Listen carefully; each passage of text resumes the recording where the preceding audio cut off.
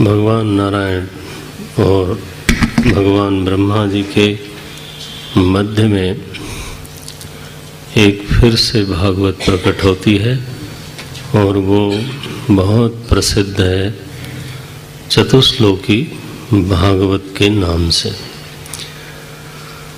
लोग इस नाम से इस भागवत को पहचानते हैं, जानते हैं। ऐसा प्रकरण आया कि जब प्रपंच की उपस्थिति हो गई, महातत्व से अहंकार का परिणाम हुआ और जब स्थूल प्रपंच का निर्माण हो गया तो समूचे स्थूल प्रपंच का एक शरीर बना, एक एक ब्रह्मांड का एक एक शरीर बना और उस शरीर में जो जीव जाके बैठा उसको बोलते हैं देहाभिमानी। ब्रह्मांड व्याप्त देहाय ब्रह्मांड शरीराभिमानी। आश्चर्य नहीं करना, पंचभूत से ही यही पिंड बना है और पंचभूत से ही ब्रह्मांड भी बना है, तो धातु तो दोनों में एक ही है।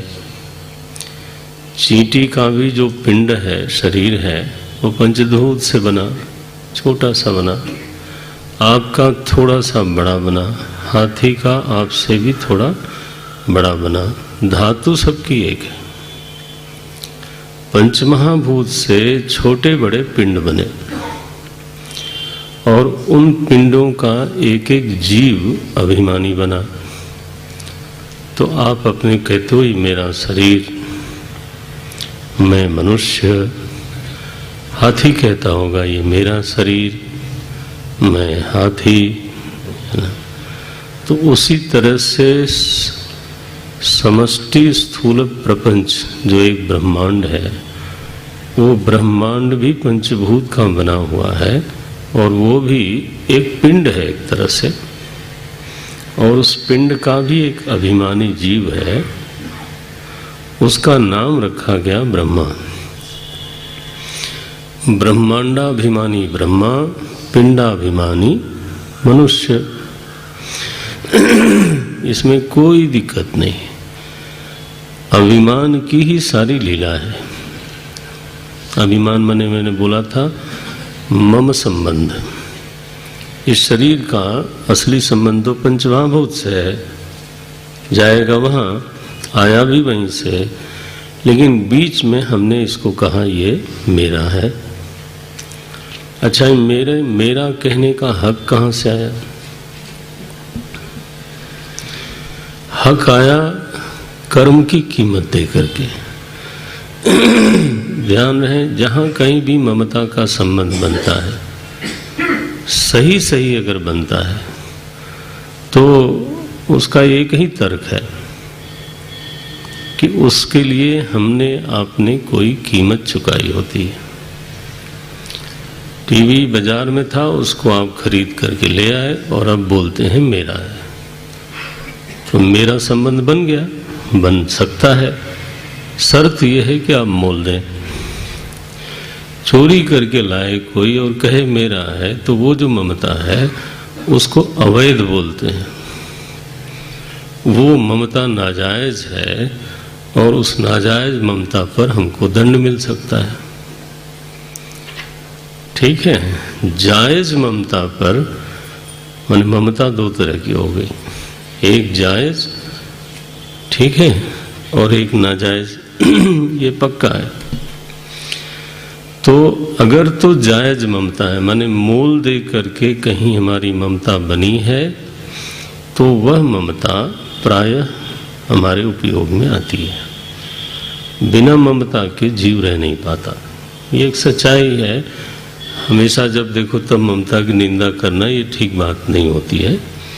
आखिर इस शरीर के साथ भी हमने ममता रखी हुई है, तो जबरदस्ती थोड़ो रखी है। जिस दिन प्रारब्ध का पैसा खर्च हो जाएगा, ठीक है ना, उस दिन चाहे लाख उपाय कर लें, उस दिन ये ममता उड़ जाएगी और ये सच में जिसका है उसके पास चला जाएगा। घर में भी ममता तभी आती है जब मोल दे के लिया हो। तो जहां जहां आप इस नियम को टटोल लेना, जांच लेना, पक्का कर लेना कि जहां जहां ममता की सचमुच में सिद्धि हुई है वो तभी हुई है जब आपने उसका मोल दिया हो। मोल धन से भी देता है आदमी, लेकिन धन भी कर्म से ही आता है। इसलिए असली मोल जो हमारे पास है वो है कर्म। कर्म दे करके हमने ये शरीर लिया, इसलिए इस शरीर में मेरा अभिमान है। अभिमान हिंदी वाला नहीं, अभिमान माने ममता, संबंध। और इसी तरह से एक ऐसा जीव है जिसने इतने उत्कृष्ट कर्म किए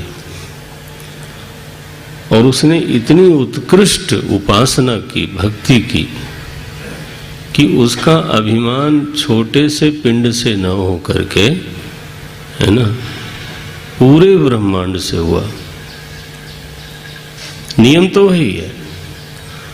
जैसे आप इस शरीर का संचालन करने के स्वामी हो गए, वैसे पूरे ब्रह्मांड का जो अभिमानी है वो पूरे ब्रह्मांड का संचालन करता है।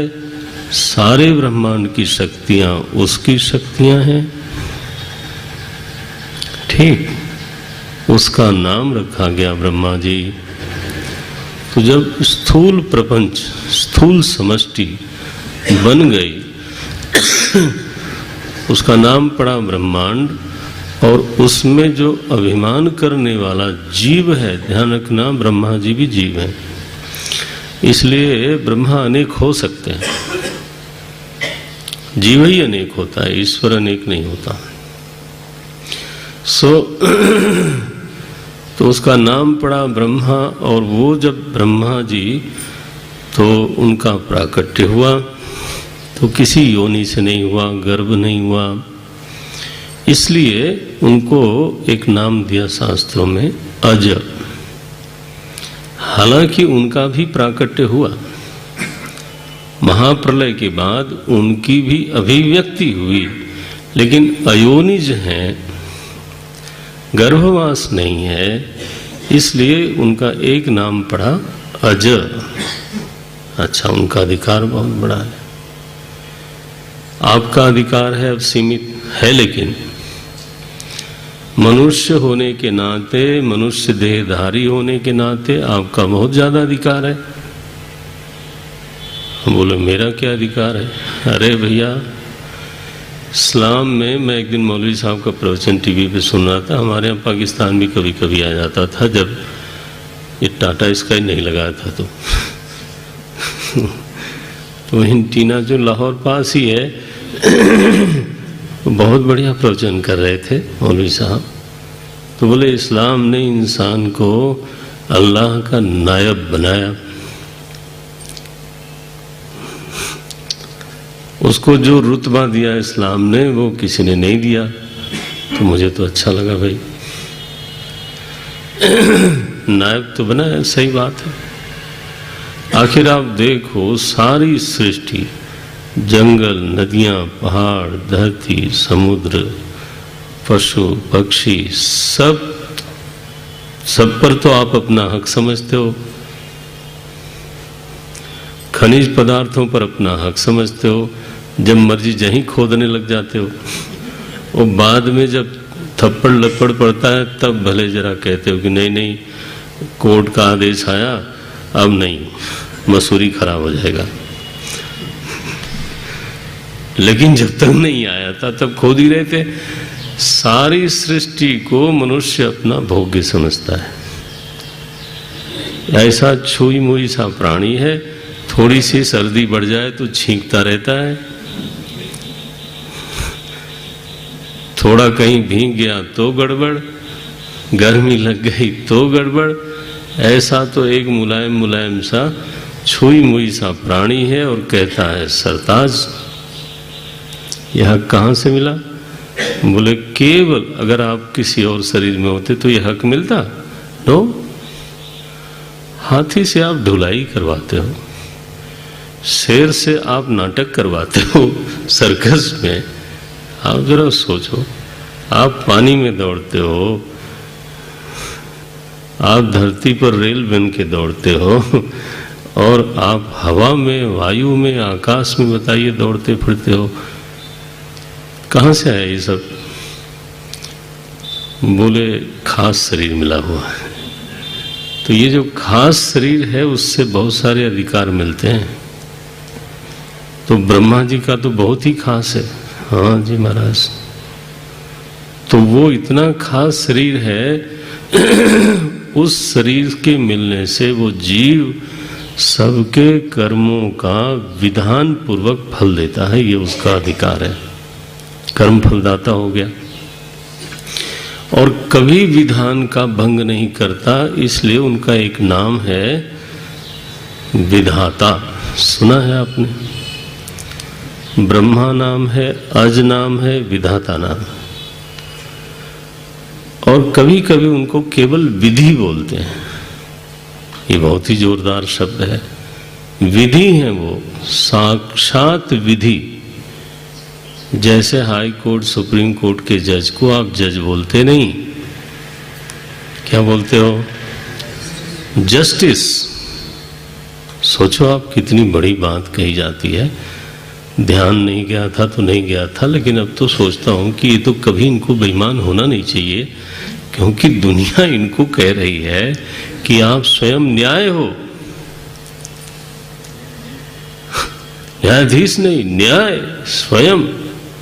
लोग हिंदी में अनुवाद करते हैं न्याय मूर्ति। वैसे भी मूर्ति लगाने की जरूरत नहीं,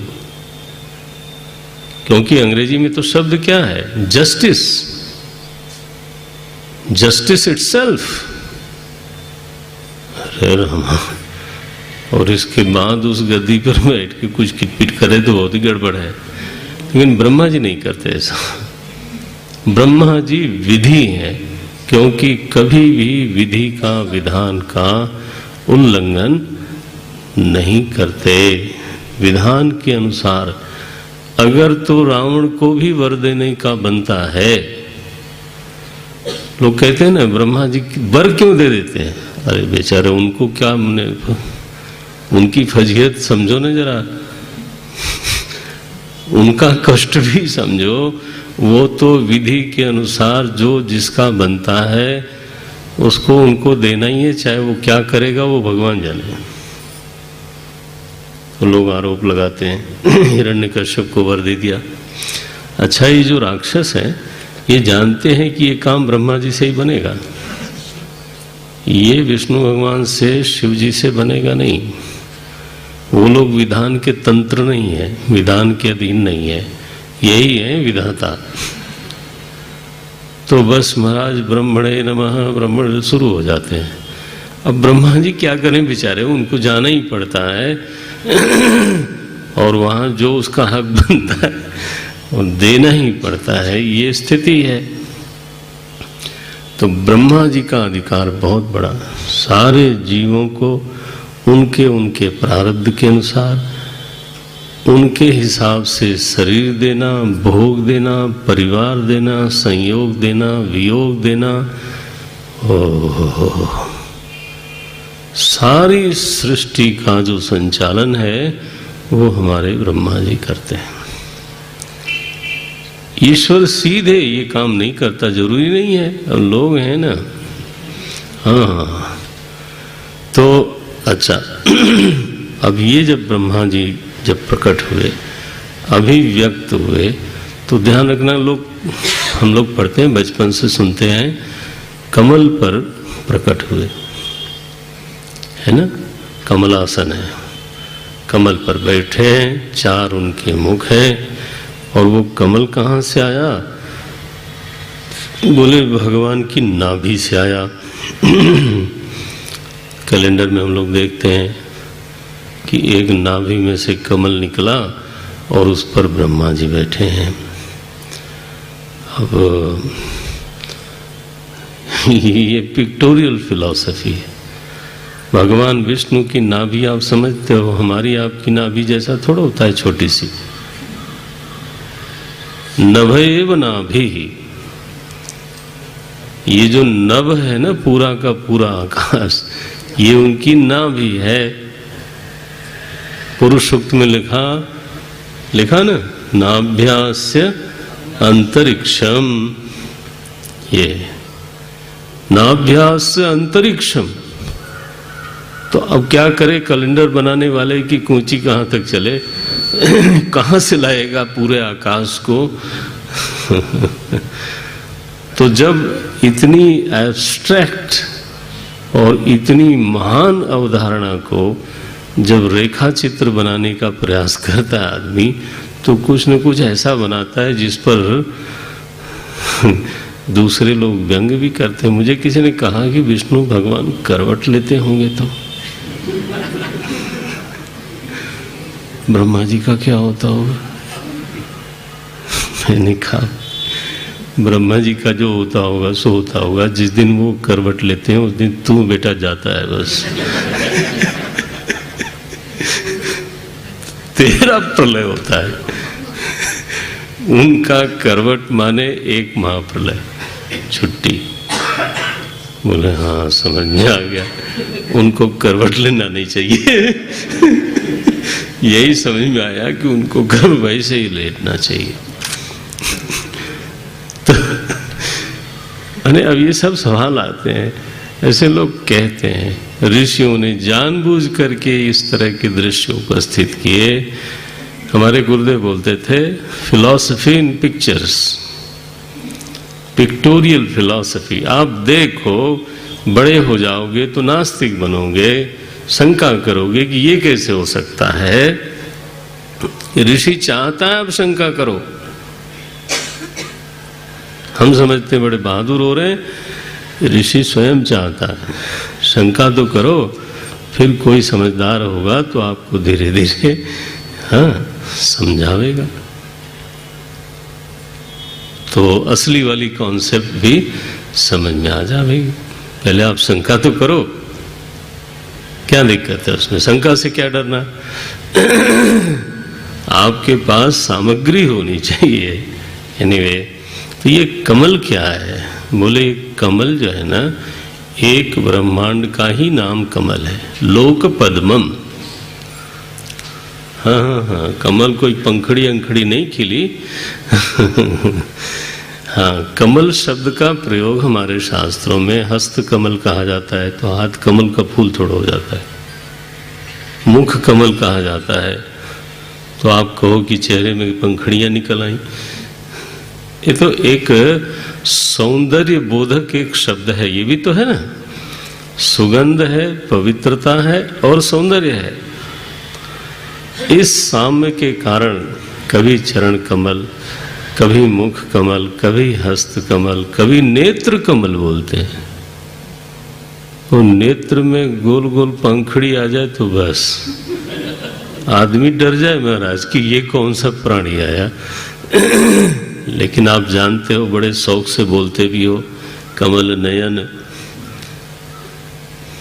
तो ये जो शब्द दिया है प्रभु, ये है ब्रह्मा जी महाराज अपने कमल पर, लोक कमल माने ब्रह्मांडाभिमानी हो करके जब प्रकट हुए, तब उनको ये उस समय कुछ सूझा नहीं कि मुझे क्या करना है।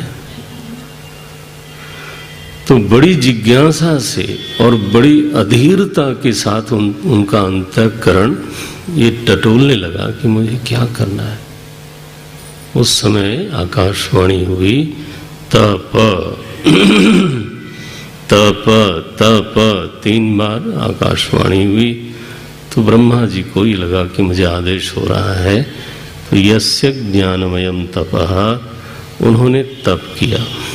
तप करने का मतलब है ध्यान किया, और ये जानने की जो इच्छा है इसको बुझने नहीं दिया, उन्होंने संभाले रखा। तप का एक लक्षण हमारे गुरुदेव ने किया, बड़े अद्भुत ढंग का लक्षण किया। उन्होंने कहा, व्हाट इज तपस्या? Maintaining the desire. अब विद्यार्थी की इच्छा है कि मैं फर्स्ट क्लास फर्स्ट पास हूं, इस डिजायर को होल्ड करना ये तब कराएगा कि नहीं कराएगा? किसी भी एरिया में अगर ये इच्छा हो जाए कि मैं इस एरिया में एक्सेल करूंगा, तो आप क्या करोगे? ये इच्छा ही आपसे तब करा लेगी। और अगर सुविधा जरा याद आने लग जाए और तब करने को राजी ना हो, तो क्या करना है आपको? तब नहीं छोड़ना है, इच्छा छोड़ दो। जैसे ही उस इच्छा को आपने ड्रॉप किया, हाँ रहने दो, हो गया यार, खत्म। तो अगर इच्छा है तो चैन से बैठने नहीं देगी। तो ब्रह्मा जी ने महाराज तब किया, उस ध्यान को बनाए रखा कि क्या है, मुझे क्या कहाँ से मैं जन्म हुआ, मेरा मुझे करना क्या है, मेरा उसका संबंध क्या है। इस जिज्ञासा को ले करके बिल्कुल ध्यान में बैठे, एकांत, इसी विषय पर पूरा चित्त गया। भगवान उनके ध्यान से, उनके तप से प्रसन्न हो गए, प्रकट हुए उनके सामने और उन्होंने हाथ उनका स्पर्श किया। प्रिय प्रियम प्रीत मनाह करेस प्रसन्न। ब्रह्मा जी का अब यहाँ सप्तमी लिखा है। हाथ मिलाना, उसको तो प्रायः बोलते हैं, संस्कृत में वो भी शब्द आता है, प्रपीड्य पाणिना पाणिम, ये शब्द आता है। वाल्मीकि रामायण में भगवान राम ने सुग्रीव से हाथ मिलाया, लेकिन हाथ मिलाया तो महाराज थोड़ा कस के दबा दिया उसको। हाँ, ये शब्द लिखा महाराज, प्रपीड्य पाणिना पाणी, क्योंकि वो सुग्रीव को बताना था कि बच्चों ताकत है, ऐसा मत समझना कि उसको इसकी बड़ी जरूरत थी कि हमारा दोस्त ठीक ठाक हो। उन्होंने रगड़ दिया उसको, हाथ मिलाते समय ही कस के दबा दिया। लेकिन यहाँ लिखा करे, हाथ में हाथ डाल देते हैं कई बार, इसका मतलब हाथ मिलाना नहीं होता। हाथ में हाथ डाल दिया मैंने, एक बहुत प्रीति का प्रकटन है। बोलते हैं ब्रह्मा जी, त्वया अहम तोषिता सम्यक, आपने मुझे बहुत प्रसन्न किया, आप वर मांगो। वरम वरय भद्रम ते वरेशम माम अभिवांछितम, आप तुम समझो आपकी मैं वरेश हूँ, कोई भी वर दे सकता हूँ। आपने तप किया, तप मुझे बहुत अच्छा लगता है। तपो में हृदयम साक्षात आत्मा हम तपसो नघ, तपस का मैं आत्मा हूँ। उच्च लक्ष्य हो और उसके लिए व्यक्ति असुविधा को सहर्ष स्वीकार करे तो भगवान को खुशी होती है कि ये आदमी चढ़ेगा। तप जो है ना, वो पत का उल्टा है, ठीक है, पत का उल्टा है। जब पतन होता है माने तप का अभाव हो गया, आदमी विलासी हो गया, प्रमादी हो गया, तामसिक हो गया। पत हो उसका ठीक उल्टा, आदमी यदि संघर्षशील हो और कष्ट को सहर्ष सहे उच्च लक्ष्य के लिए, तो वो फिर चढ़ेगा, भगवान प्रसन्न होते हैं। बोले मैं तो सारी सृष्टि का भरण पोषण तपस्या से ही करता हूं। वीर्यम में दुश्चरम तपः, ये परिभाषा करे। तप क्या है? बोले मेरा सामर्थ्य का ही नाम तप है। जो तप करता है, विद्यार्थी का अपना तप है, व्यापारी का अपना तप है, सैनिक का अपना तप है, किसान का अपना तप है। ये नाखून बढ़ाना कौन सा तप है? वो तो खुद ही बढ़ रहा है, तुमने काटा नहीं, बस पता नहीं खाते कैसे हैं। हाँ, कभी कभी फोटो निकलता है महाराज मकड़ जाल जैसा नाखून, मेरी समझ नहीं आता। विष्णु भगवान के करवट लेने पर तो सवाल जरूर है, लेकिन उससे ज्यादा बड़ा सवाल मेरा तो ये थे, शायद एक हाथ का बढ़ाते होंगे।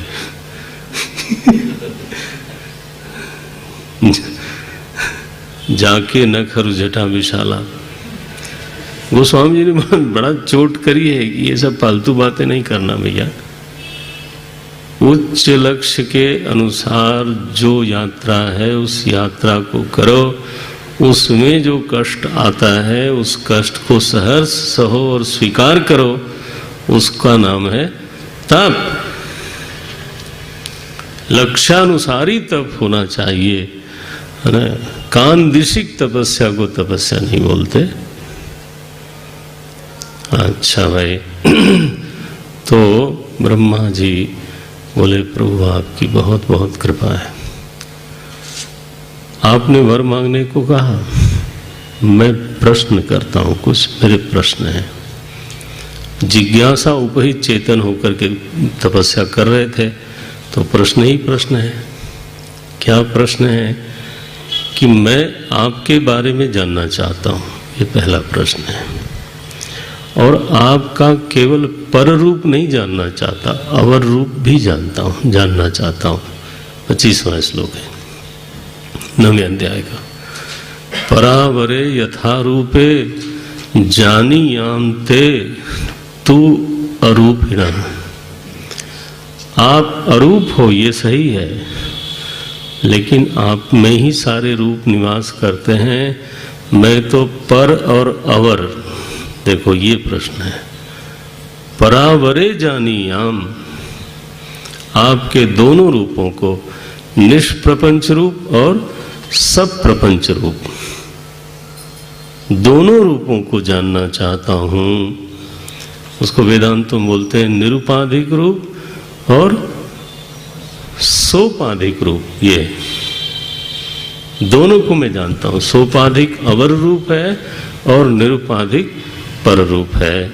तस्मिन् दृष्टे, हाँ, केवल परे नहीं। ये देखो उपनिषद ने कहा भिद्यते हृदय ग्रंथि छिद्यन्ते सर्व संशयाः क्षीयन्ते चास्य कर्माणि तस्मिन् दृष्टे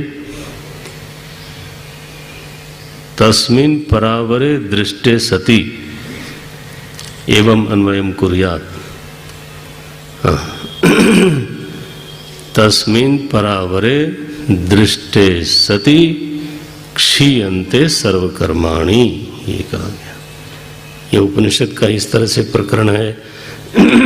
तो ब्रह्मा जी का पहला तो प्रश्न है, मैं आपको ठीक से समझना चाहता हूँ। दूसरा, मैं ये भी जानना चाहता हूँ कि आप ही सृष्टि के अभिन्न निमित्तोपादान कारण हो। माने मकड़ी की तरह आप में से ही दुनिया निकलती है और आप ही में समझ जाती है।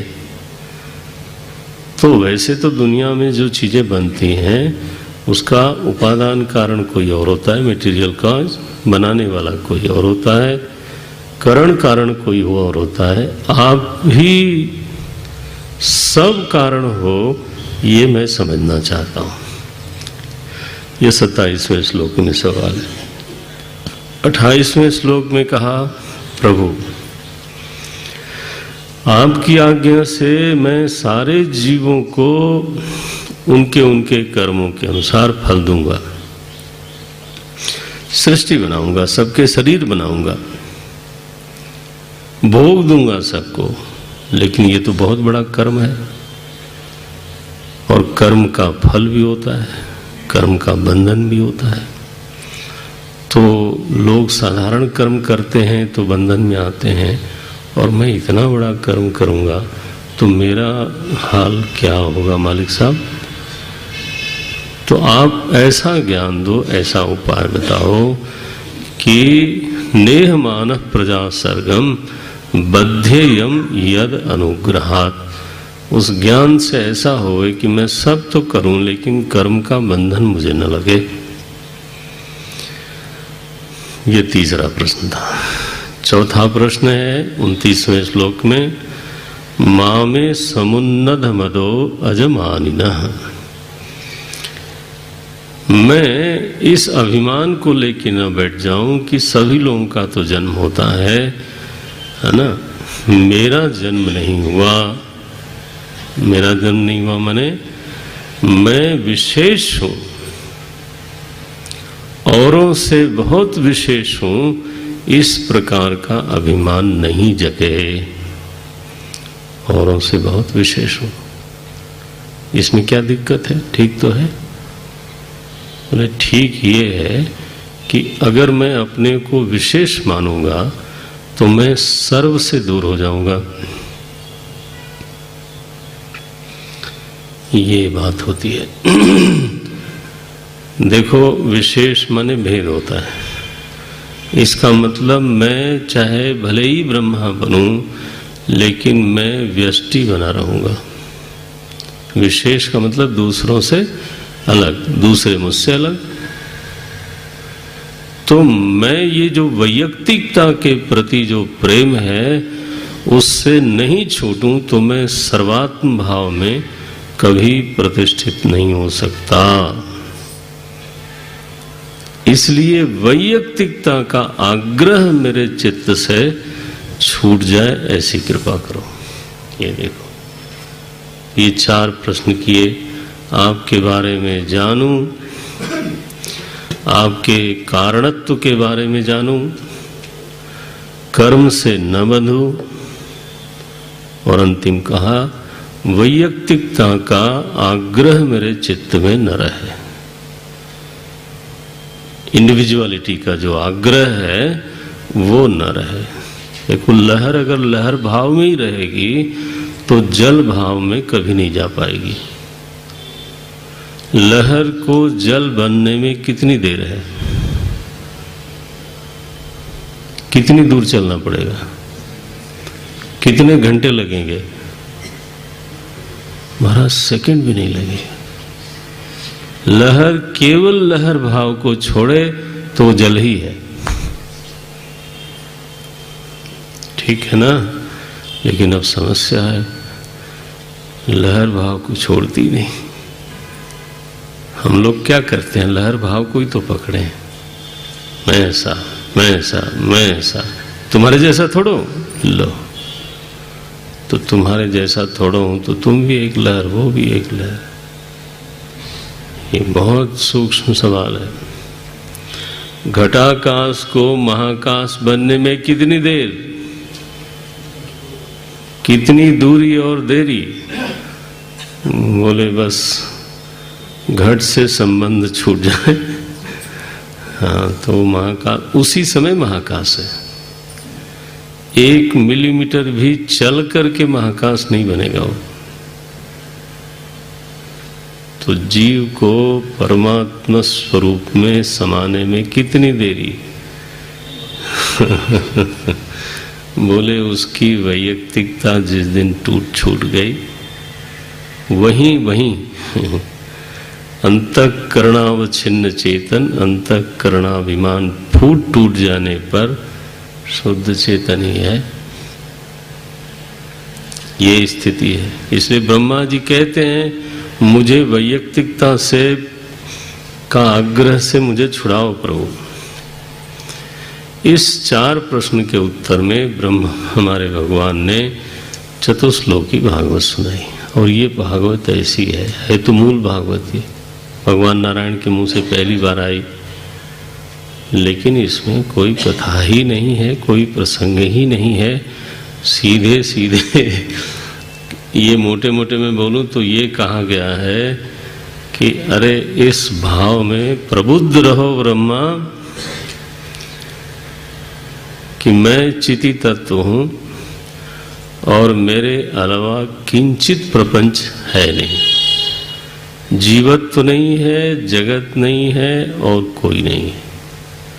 चिन्मात्र वस्तु है, वो आनंद स्वरूप है और उसी में प्रतिष्ठित रहो बस। तो काहे का कर्म और काहे का कर्ता और काहे का प्रपंच जिसका तुम कारण खोज रहे हो, बस उस शुद्ध प्रबोध में अद्वैतानुभूति में प्रतिष्ठित रहो। इतना ही उत्तर है। अब मैं पढ़ देता हूं।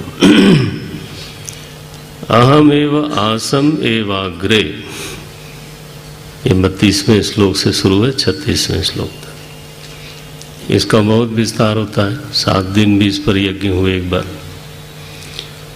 नागपुर में, लेकिन मैं यहाँ अनुवाद मात्रम करोमी।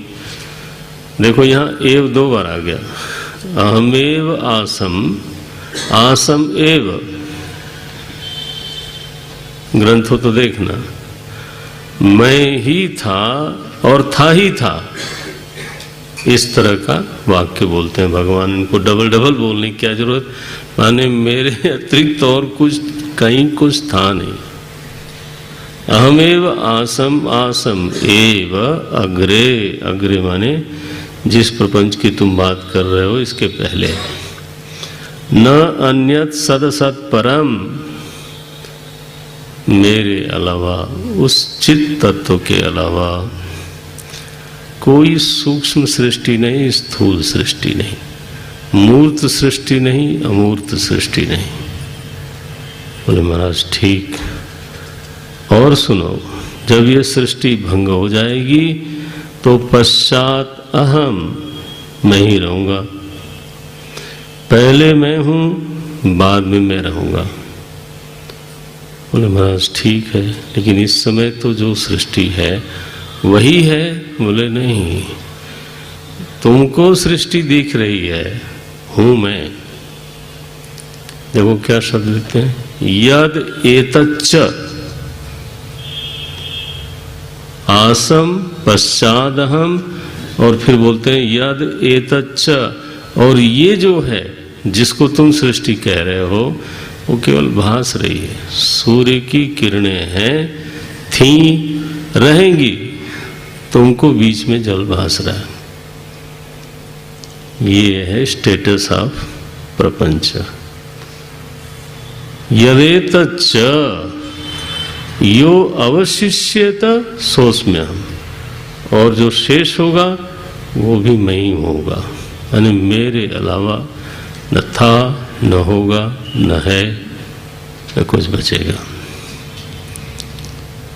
एक अद्वितीय चिन्मयी सत्ता है, थी, होगी।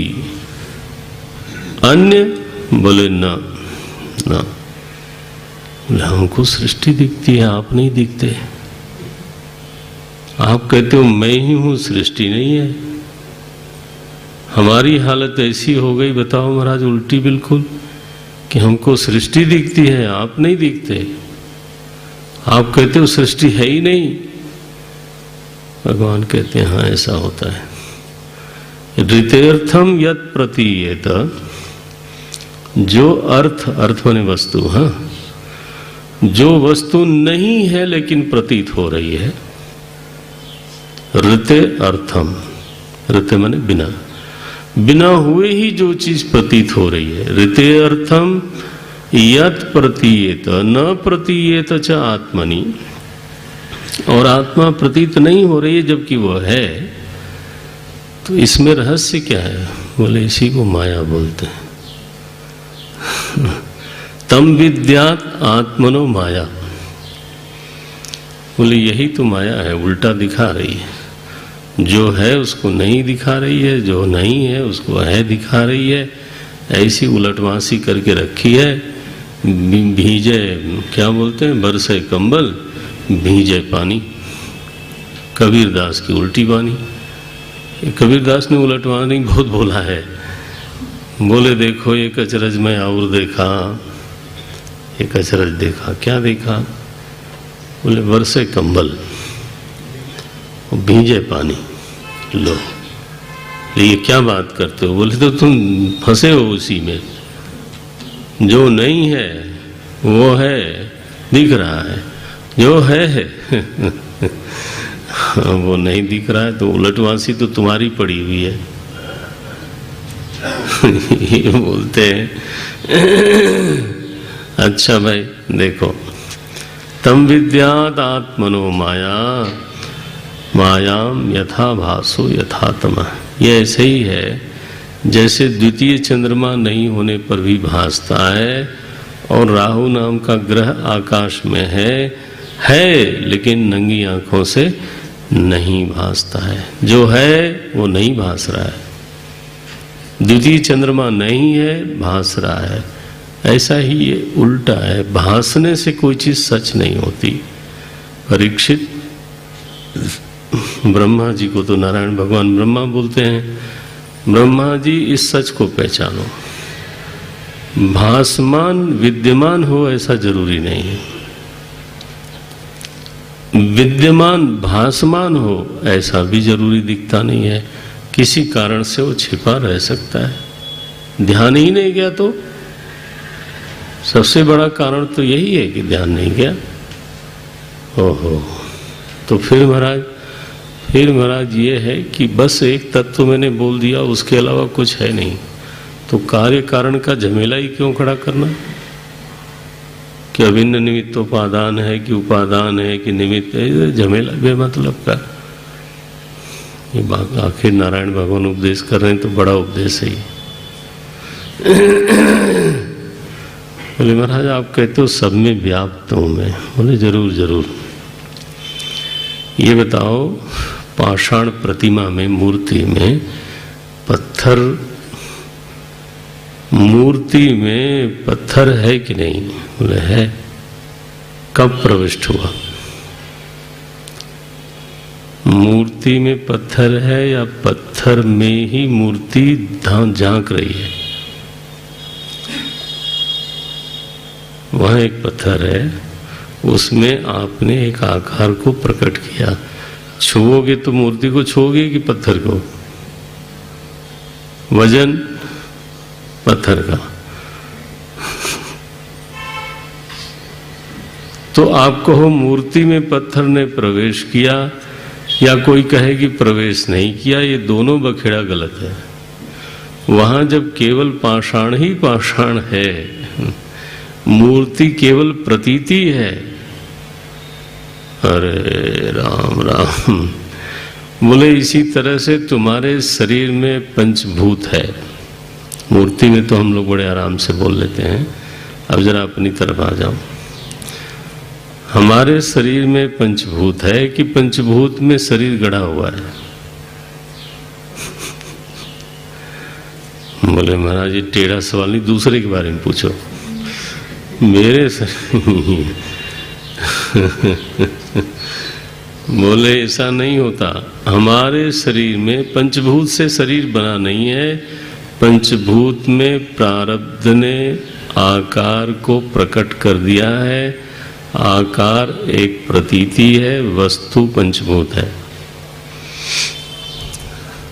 जैसे ये सच है वैसे समझो केवल चिदात्मा है और उसमें प्रपंच के आकार खड़े हो गए हैं। प्रपंच में चिदात्मा भरपूर है, ऐसा कहने के लिए द्वैत को स्वीकार करना पड़ता है। एक में दूसरा भरपूर है। जब दूसरा है नहीं तो व्याप्य व्यापक संबंध क्यों बनाते हो? तो ये लिखा प्रविष्टानि अप्रविष्टानि तथा तेषु न तेषु अहम। देखो ये फिर से आ गया ना, तथा तेषु, मैं उसमें तो हूं, अगर कहना चाहो तो कह लो, लेकिन उसमें मैं नहीं हूं, प्रविष्ट नहीं हूं। प्रविष्ट काहे कहूंगा? कोई दूसरा दूसरे में प्रवेश करता है, मैं ही मैं हूं। बस अन्वय व्यतिरेक से इसको समझ लेना और बस एतन मतम समातिष्ठ परमेण समाधिना, समाहित चित्त से इस सिद्धांत में प्रतिष्ठित हो जाओ ब्रह्मा जी। फिर आपको चाहे कितना भी कल्प करो, कर्म करो, जो मर्जी करो, कभी मोह नहीं होगा। अद्वैतानुभूति में प्रतिष्ठित रह करके चाहे आप युद्ध की लीला कर दो राम जी भगवान की तरह, कुछ नहीं होने वाला है। फिर बोलते हैं ये है भागवत। बोले महाराज इसमें अवतार आया नहीं, इसमें सारी सृष्टि प्रक्रिया आई नहीं। ये 43वां श्लोक है, देखो वो क्या बोलते हैं, तस्मा इदम भागवतम पुराणम दश लक्षणम। यही वो भागवत पुराण है, भगवत संबंधी ज्ञान है। और फिर जब इसका विस्तार होता है तो उसमें 10 लक्षण होते हैं। 10 लक्षण क्या हैं?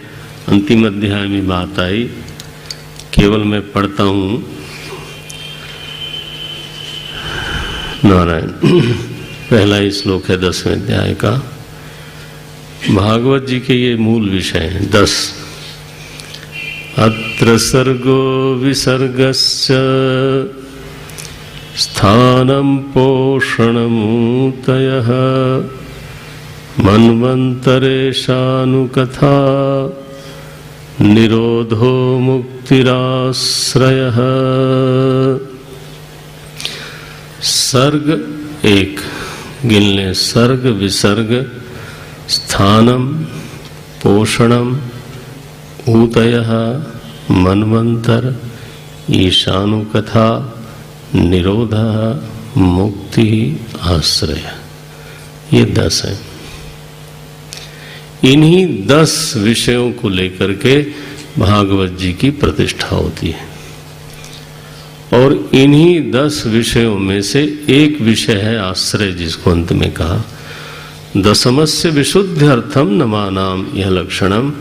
सच में तो केवल आश्रय को समझाने के लिए ये 9 लक्षण है। पूरी भागवत इसी एक वस्तु को समझाने के लिए प्रवृत्त हुई है कि इस सृष्टि का, प्रलय का, सृष्टि का, जीव का, अवस्था त्रय का, आभास का, निरोध का, समाधि का, उत्थान का आश्रय क्या है। समाधि और विक्षेप दोनों का आश्रय कहाँ है। अवस्था त्रय का आश्रय कहाँ है। आभासस्य निरोधस्य ये लिखा। आश्रय क्या है, इसको समझाने के लिए नवानाम यह लक्षणम, ये 10 लक्षणों वाली भागवत प्रवृत्त होती है। इन 10 लक्षणों का विस्तार फिर 10वें अध्याय में किया और इस तरह से तो दूसरा स्कंद पूरा होता है। अब हम संध्या काल में थोड़ा इन लक्षणों पर बात करते हुए तीसरे स्कंद में प्रवेश करेंगे। यहाँ से फिर थोड़ा कथा और अवतार का प्रकरण शुरू होता है। ये 10 जो दूसरा स्कंद था, अगर आप स्वाध्याय का अपना विषय बनावें तो इसमें कथा तो है नहीं, सीधे सीधे बिल्कुल तात्विक चर्चा है, सिद्धांत है। और ये समझना हमारे लिए लाभदायक होता है क्योंकि सारी कथाएं इन्हीं सिद्धांतों पर फिर अटकी हुई हैं। सिद्धांत गायब और कथा पूरी, तो ये न होने पाए। तो आप भागवत जब पढ़ें, स्वयं स्वाध्याय करें, तो मेरा निमंत्रण ये है कि दूसरे स्कंद पर जरूर ध्यान से देखना चाहिए। देखो 10 अध्याय का ये स्कंद है और 2 बार भागवत आई इसमें। 3 अध्यायों में ध्यान का प्रकरण आया, छोटी बात है ये। रामलिंग किंचित वैदिक आरती कर्तव्य।